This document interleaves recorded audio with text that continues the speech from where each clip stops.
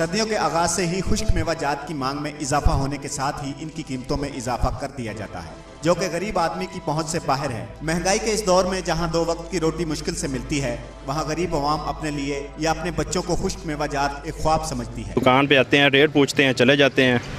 किसी की 500 दिहाड़ी है, किसी की 300। अब 1600 रुपये किलो बादाम है, कोई पाया भी नहीं लेके जा पाता। और किसी कोई बच्चे कमज़ोर हैं, वो लेने आते हैं, वो कहते हैं जी क्या खिलाएं, रोटी खिलाएं या बादाम खिलाएं।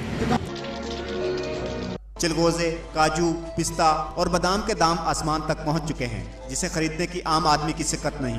बस एक मूंगफली है जिसके रेट भी हर साल बढ़ा दिए जाते हैं, मगर गरीब आदमी वो खरीद कर अपने दिल की ख्वाहिश के खुश्क मेवा जात अपने बच्चों को लाकर दे, अपने आप को दिलासा ही देता है। हम लोग आते हैं, रेट पूछते हैं, माइंड होता है कि हम बच्चों को खिलाएं, घर वालों को खिलाएं, को पावरफुल चीज़ खिलाएं। डॉक्टर कहते हैं कि आयरन की कमी है, डॉक्टर कहते हैं विटामिन डी, मेगा 3 एसिड कमज़ोरी है। तो जब इनके पास आते हैं तो सारा हमारा प्लान उलट पुलट हो जाता है। रेट ही इतने हैं, इनसे लड़ते हैं हम।